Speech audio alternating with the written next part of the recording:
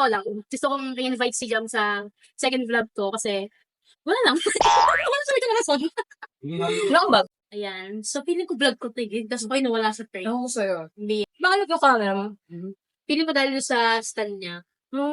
Kasi diba, medyo shaky na talaga. So, yan. Huwag kang...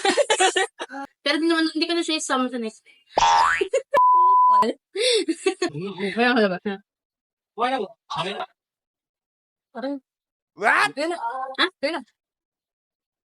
yan. Nagawin ko lang tong vlog na to kasi wala nang gusto ko na i-try. Bakit daw? Nangyayarap ko bakit nyo? Ito ko yung ano. Buways.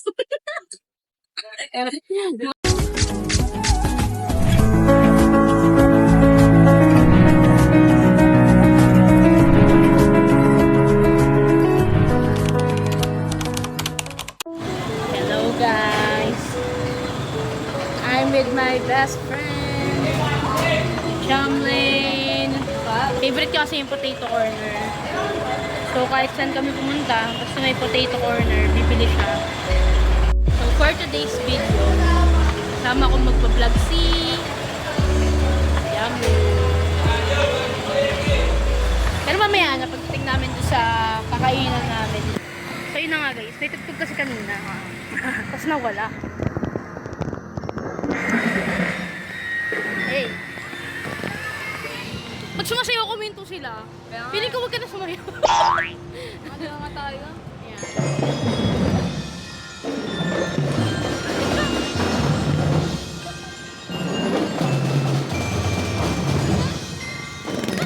And so hi, again, this is Chase Vlog. And I'm with my beautiful best friend, Jamlin Motivate. So, ano yung camera? Ang bigat mo. I have few questions for Jam. Siguro tatlo lang. Kasi hindi talaga ito serious na vlog. Diba? Nakatatlo na siya. Kilala niya ako eh. So, first is, bakit ako yung best friend mo? Knowing na nung first na encounter natin, ayaw mo talaga sa mga Sibuli-bambul. Ayan, mga gano'n. Knowing na ayaw niya talaga doon, ayaw niya tumidikit sa mga katulad ng gano'n. So, ayun. Ba't ko na alam? Hindi. Sinabi ka rin naman sa'yo, di ba? Hindi bang... Kasi ayoko bigla sa topol na nakapag...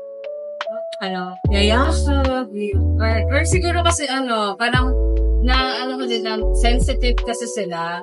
So, on my part na parang okay naman eh. May ganun moment.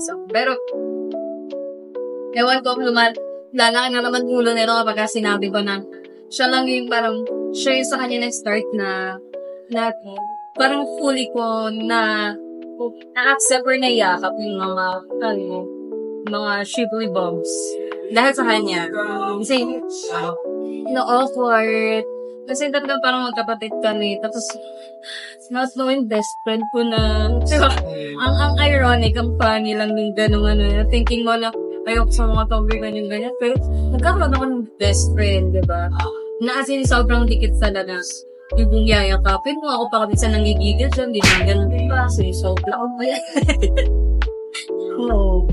Dahil sa kanya. Ayun. So, yun yung whole na sagot mo. May aura kasi siya na magiging comfortable. Pero syempre, alam namin sa isa't isa, hindi kami tapalo, hindi kami maglalasunan. My God, I don't settle for less. Ang kapalit mo. Coming from you. Pero totoo, I don't settle for less because of her.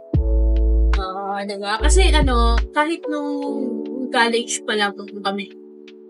Hindi naman sobrang college, pero may version. Lagi kong sinasabi na parang, different kayong ganito, ganyan. So parang, ito na, nandito na kami sa stage na kaya namin lang mag-provide sa sarili namin. Meron na kaming part na parang, ayoko na lang tinitipid. Tapos siya, masyado yung tinitipid yung sarili niya. Actually. Yung start siyang parang tinitipid yung sarili niya. Gusto mo na siyang bumili ng mga plastic na Oreo. Tanda mo yun? Paano ka nagsabi sa akin, kung saan pa na meron pa na ako na bumili ng ganito ba yun? Hindi ko na sa rin ko. Ano siya nagpapakalan? Sobra. And, yun nga, katulad ng mga bagay na essential, kailangan siya, di ba? So, parang, sa akin dati kasi parang laging next time na lang. Ito, ayaw niya.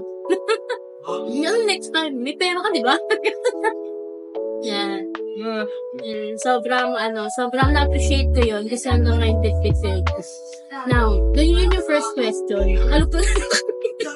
Yung mga nanonood kami, ganun. Second question is, how did you manage na sabihin sa akin lahat ng totoo? Like, hindi lang hindi na sa love life, pero kasi nakita ko na kung paano ako nag-improve. And I believe sila din. Sa mga makapanood nito, makikita nyo kung how I improve. Pero hindi, legit, ang laking part ni Ganda. So, how did you manage? Knowing na, alam mo yung ugali ko na parang pwede akong ma-open din. So, parang paano mo na-manage? Alam niyo, brutally honest ako eh. Not really na masasaktan, pero I always came to a point na sasabihin ko sa'yo kasi mahal kita. Ayun yun. Kasi, parang tawag dito, I want the best for you. So, baka mo iisipin na kung magagalit ka sa akin. Kung magagalit ka sa akin ay magtatak ko sa akin. Ang iniisip ko that time, kung ano yung magiging best for you. Kung ano yung mas magiging perfect, kung ano yung mas magiging love sa'yo. Kung magagalit ka sa akin, wala na akong magagawa, that's your opinion. Pero ako sinasabi ko lang kung ano yung ipapatest sa'yo. And good thing na hindi ko naman tinitin sa negative yun. Kasi tingnan mo naman ngayon, may kita nyo naman guys talaga yung good. Physically, physically, super improvement, tapos yung gali niya, kung paano yung pagiging sensitive niya, nabawasan. Ako kasi talagang sinasabi ko sa kanya dahil namin, Zing, ikili na naman ang bat mo, sige. O, diretso talaga ako sa kanya, hindi na ako yung papaligay pa. Alam naman din yan, na sinasabi ko yun. Dahil sasabihin ko sa kanya, hindi ka pangit na matamama. Ang sa akin lang, mahirap na kapag hindi mo nalagay yung sarili, parang bigla kang atakihin. Ganon. Eh, hindi kami malapit sa kanya. Sana nga kung second sa one side, nandun na kami sa kanya para tuloy siya, diba? So, parang kung siya na mag-diet, na mag-reduce. For her, din naman. Her good, diba? So, yun, parang ko lang na depende sa'yo kung paano mo yung sasabihin ko, pero kilala mo kasi na magsasalita ako sa'yo kasi hindi para sa kapapangos na ikaw verse mo, magsasalita ako kasi yun yung nakikita ko mas magiging good pa sa year. Diba? For me, totoo lang ako sa kanya kasi hindi naman ako nag-sugar to. Kung ano yung nakikita kong mali, sabihin ko naman sa kanya. Totoo lang kasi yun din naman yung nakita ko. As time goes by, naging open talaga siya sa akin for me. So, I appreciate that. Hindi na pala mo yun ng Tapos, ano ba? Last question. Before ko i-end tong video na to. Pero abangan nyo si Gambling sa mga susunod na. Wow! Alam mo talaga. Hindi sa mga susunod na vlog. Kasi, mas maayos siya. Ay, nahanap ako ng setup na may interview ko na maayos. Ano lang kabiglaan lang to. Hindi niya nga rin namin. Hindi ko, akala ko magka-catch up lang kami. Inambos ko. Ang vlog. Last question. Ano yung message mo sa future na Chase? So, di ba mga tatlo siya eh. Ano yung message mo sa future? Ano yung message mo sa future na Chase? And ano yung message mo sa past ni Aki?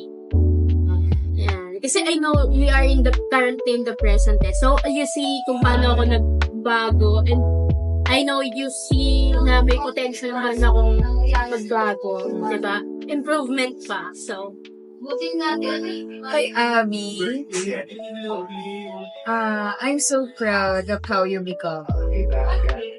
I'm so proud sa lahat ng mga napagdaanan mo. Paano siya natin. Alam kong mahirap. Hindi naging easy yung road na hindi naging easy yung path. And, kahit na sobra yung inis ko sa'yo dati, na gusto ko nakikabot sa ilog, sa sobrang kasensitiban mo, ay talaga sabi sa'yo, pag nagagalit yung bahala ka dyan, di ko talaga siya kakausapin. Malalaman na lang yung inis ako sa kanya kapag ka nag-subside na yung galit niya. Ako kasi hindi ko sinasabayan yung galit niya, but nainis siya, bahala. Baka immature, bahala kahit kinahapon din. Na pagka naging okay na sa kanya lang ako kakausapin. Sasabihin sa kanya, naisak sa'yo kasi yun yung ugali mo. So, minsan na-adapt na naman mo. So, yun. Sabi ko lang kay Alvin na great job. Great job kasi basta proud ako sa'yo. Proud ako, sobrang proud. And kay future Chase your dream. Hindi, I mean, madami pa tayong learnings na always guard your heart. Alam kong smart ka na sa mga naging experiences mo nung time ni Happy at nung nagsisimula si Chico. And I hope those learnings is magamit mo siya sa future Chase mo. And sana future Chase, sana mag-thank you sa'yo si Chase ngayon. Kasi, alam mo yun na naging, yun ka na ng future mo. Hey, that's me. Always do the things that makes your self-content be thankful. Be thankful for the future. Sarili mo. Ganun. Ayun. Sa galing mo lang. Mahirap ang buhay. So, you should accept lang all the struggles and maging matapat ka lang. Hindi ko lang naman ako. Paragi magkaasawa, magkaanak, magkapamilya. Still.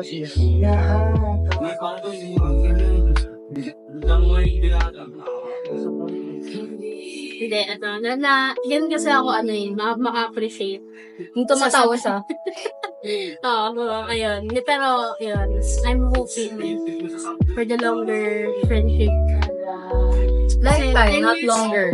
10 years. Lifetime. 11 years. 11 years na ba? Before hindi tayo naging college. After 10 years. 10 years. 10 years of friendship. So, hopefully, for a life. Dapat, madami ka ng sikretong alam ko eh. Yung mga sikretong alam ko din eh. Wala nang hiwalayan to. Baka patayin kita kapag ka nag-iwalay ko to friendship na to. Minsan siguro may tampuhan, pero hindi naman ibig sabihin na dapat maging friendship mo. So, I think yun lang yung vlog. Hindi ko alam eh. Hoy! Hindi umabot! Sabi ko, tayo na report. Hindi na kita.